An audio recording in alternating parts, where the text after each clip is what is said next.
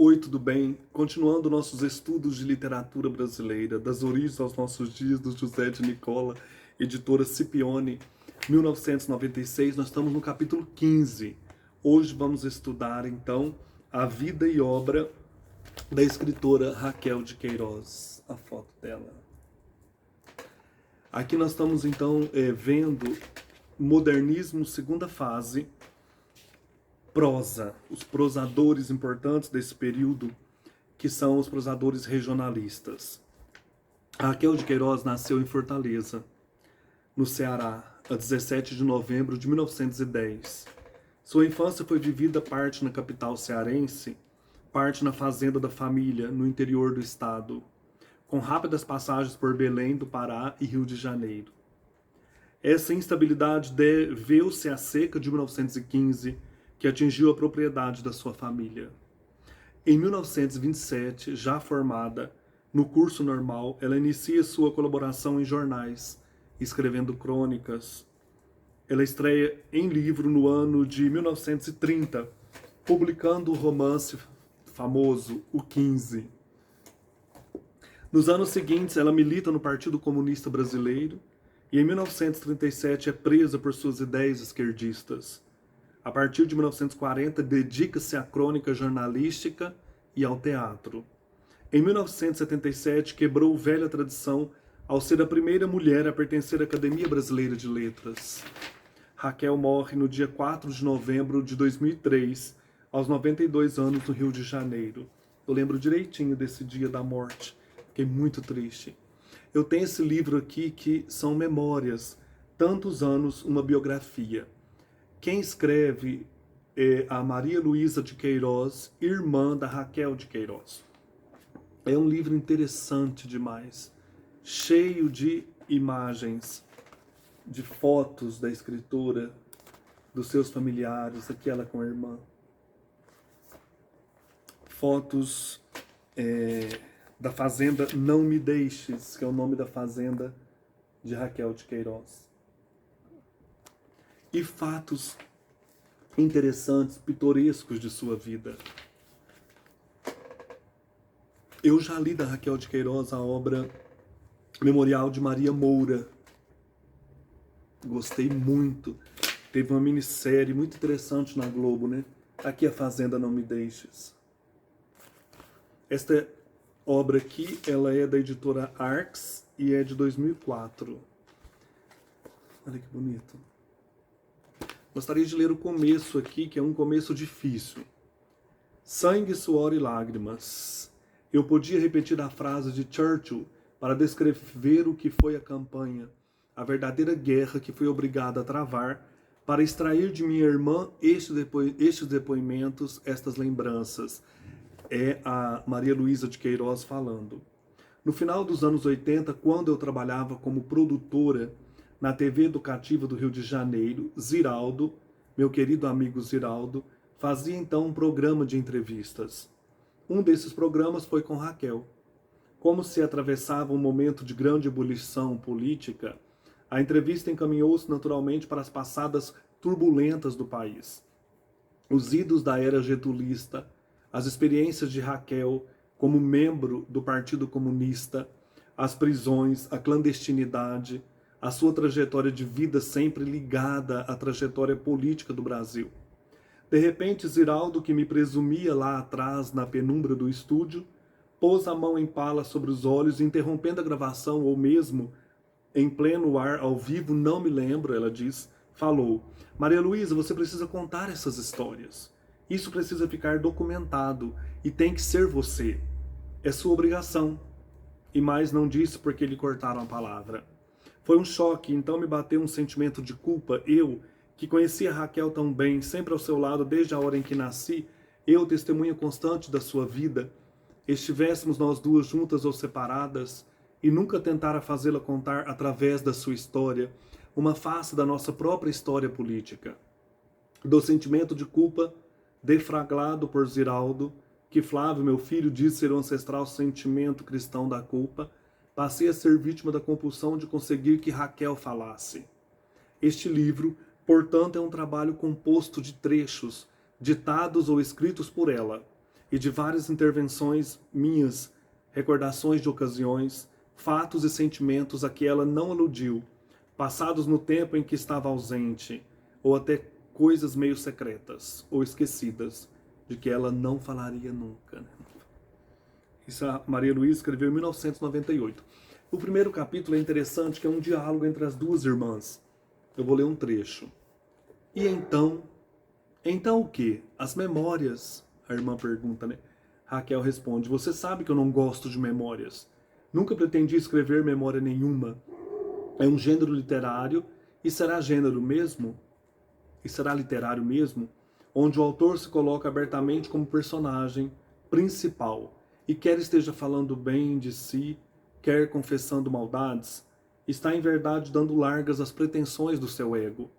Grande figura humana ou grande vilão, mas grande de qualquer modo. O ponto mais discutível em memória são as confissões, gênero que sempre abominei, pois há coisas na vida de cada um que não se contam.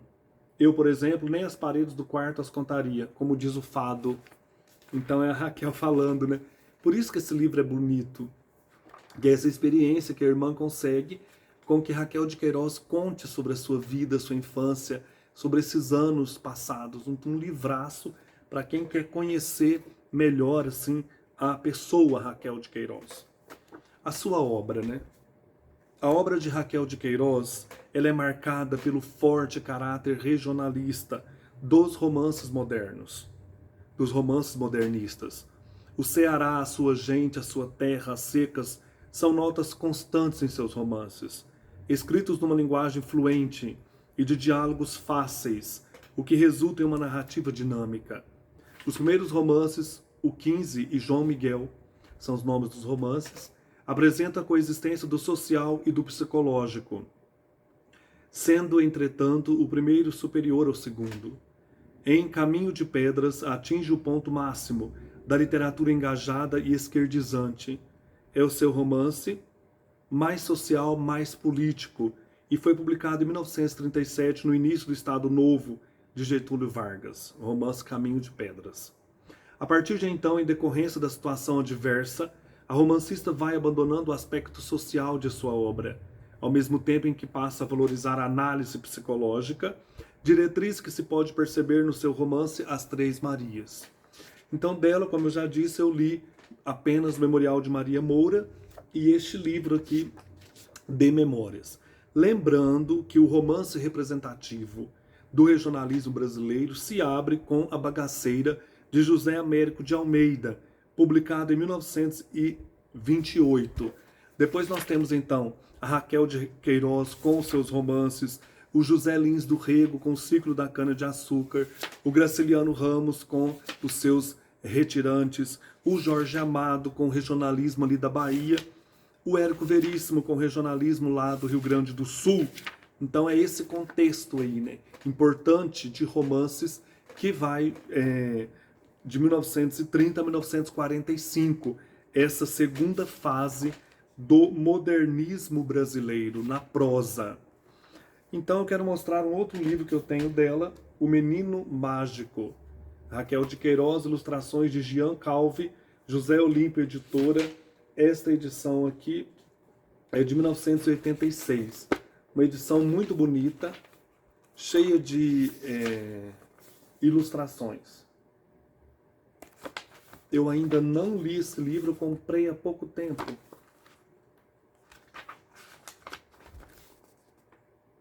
Eu acho que eu vou adquirir mais romances dela, que eu me interessei muito, gostei muito do Memorial de Maria Moura.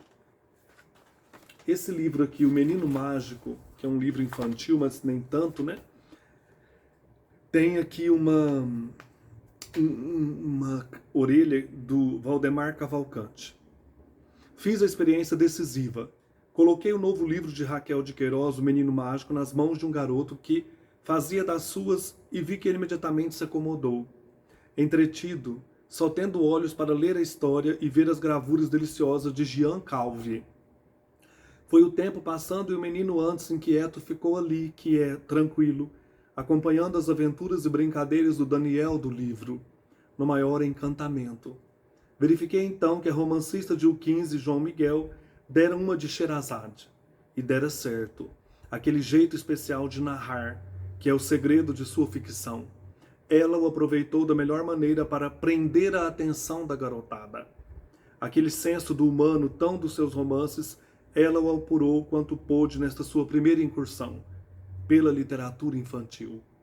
Há um poder de invenção que é essencial no gênero, e isto é o forte da escritora cearense. Bonito, né? Quero ler, depois faço o vídeo para vocês. E o 15, da Raquel de Queiroz, na edição da José Olímpio. Esta que eu tenho aqui é de 2023. Então nós temos aqui um livraço, um livro muito importante. Lendo o 15, entende-se porque este livro provocou um enorme impacto nos anos 30 do século 20 e atravessou o tempo como uma referência obrigatória na história da nossa literatura. Trata-se de uma espécie de marco em que Raquel de Queiroz, então uma menina nos seus ainda verdes 20 anos, delimitava no Ceará o extremo norte, de um território que começara a ser mapeado em 1928 pelo paraibano José Américo de Almeida, o autor de A Bagaceira, a obra inaugural de um poderoso ciclo das letras nacionais, o do romance nordestino. O baiano Jorge Amado, o alagoano Graciliano Ramos e outro paraibano José Lins do Rego completaram o mapa. Mas se Américo de Almeida foi o pai de todos, como dizia Jorge Amado, que papel seria reservado a Raquel de Queiroz, a única mulher nessa tropa de choque regional, de repercussão nacional e circulação universal? Raquel foi um assombro. Este seu romance de estreia, publicado em Fortaleza em 1930, fez estragos nos espíritos da época. Segundo Graciliano Ramos, produziu agitação e alguma desconfiança. Isto por ser o 15 livro de mulher e mulher nova, num tempo em que as mulheres deviam se limitar aos sonetos. Daí o espanto do velho Graça ao ler o 15 e ver uma foto de Raquel de Queiroz num jornal. Incrédulo, ele balançou a cabeça. Não há ninguém com este nome, é Pilhéria. Uma garota assim fazer romance deve ser pseudônimo de sujeito barbado. Não se deduza que o estardalhaço em torno deste livro deveu-se apenas à idade e à condição feminina de quem o assinava. O 15 causou sensação e ainda hoje desperta interesse pelo drama que descreve, o embate entre o homem e a natureza.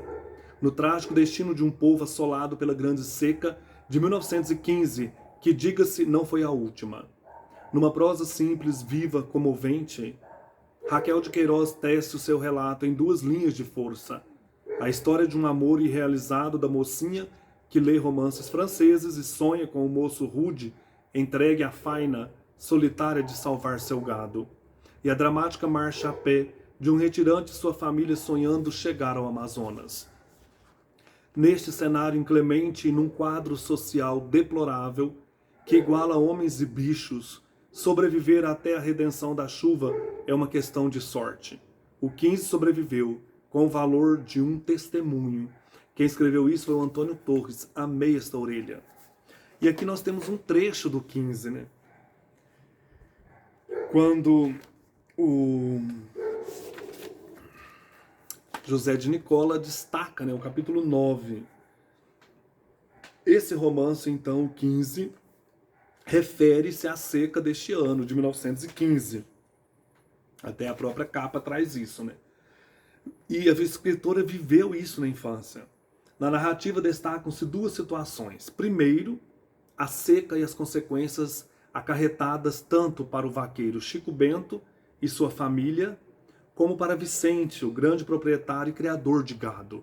Como que a seca atinge, né, as duas realidades, tanto o vaqueiro como o proprietário dessa fazenda. Em outro plano, a relação afetiva entre Vicente, moço puro mas rude, e Conceição, moça culta da capital. Apesar de ser um romance social de denúncia, é interessante notar que não situa a má distribuição das propriedades como problema maior do Nordeste, e sim o drama da seca. Grandes proprietários e pobres trabalhadores são pintados com as mesmas cores. São ambos heróicos e igualmente batidos pelo inimigo comum, a seca. A seca, então, é o grande personagem do romance. O trecho, então, a seguir, mostra-nos Chico Bento e a família no terceiro dia da retirada, em direção à capital Fortaleza. Eu vou ler daqui, então, do livro para vocês, capítulo 9. Chegou a desolação da primeira fome. Vinha seca e trágica, surgindo no fundo sujo dos sacos vazios, na descarnada nudez das latas raspadas. Mãezinha, cadê a janta? Cala a boca, menino, já vem. Vem lá o quê? Angustiado, Chico Bento apalpava os bolsos, nem um triste vintém azinhavrado. Lembrou-se da rede nova, grande, de listas que comprara em Quixadá, por conta do Vale de Vicente. Tinha sido para a viagem, mas antes dormir no chão do que ver os meninos chorando, com a barriga roncando de fome. Estavam já na estrada do Castro, e se arrancharam debaixo de um velho pau branco seco, nu e retorcido, a bem dizer ao tempo, porque aqueles cepos apontados para o céu não tinham nada de abrigo. O vaqueiro saiu com a rede resoluto. Vou ali naquela bodega ver se dou um jeito. Voltou mais tarde sem a rede, trazendo uma rapadura e 1 litro de farinha. Tá aqui. O homem disse que a rede estava velha, só deu isso e ainda por cima se fazendo de compadecido. Faminta, a meninada avançou e até mocinha, sempre mais ou menos calada e indiferente, estendeu a mão com avidez. Contudo, o que representava aquilo para tanta gente? Horas depois, os meninos gemiam. Mãe, tô com fome de novo. Vá dormir, diacho. Parece que tá espritado. Só com 1 quarto de rapadura no bucho e ainda fala em fome. Vai dormir. E Cordulina deu o exemplo, deitando-se com o Duquinha na tipóia muito velha e remendada. A redinha estalou, gemendo. Cordulina se ajeitou macia e ficou quieta, as pernas de fora, dando ao menino o peito repuxado. Chico Bento estirou-se no chão. Logo, porém, uma pedra aguda lhe machucou as costelas. Ele ergueu-se, limpou uma cama na terra, deitou-se de novo. Ah, minha rede, ô chão duro dos diabos, e que fome! Levantou-se e bebeu um gole na cabaça. A água fria batendo no estômago limpo. Deu-lhe uma pancada dolorosa. E novamente estendido de ilharga, inutilmente procurou dormir. A rede de Cordulina que tentava um balanço para enganar o menino, pobrezinho. O peito estava seco, como uma sola velha, gemia, estalando mais nos rasgões.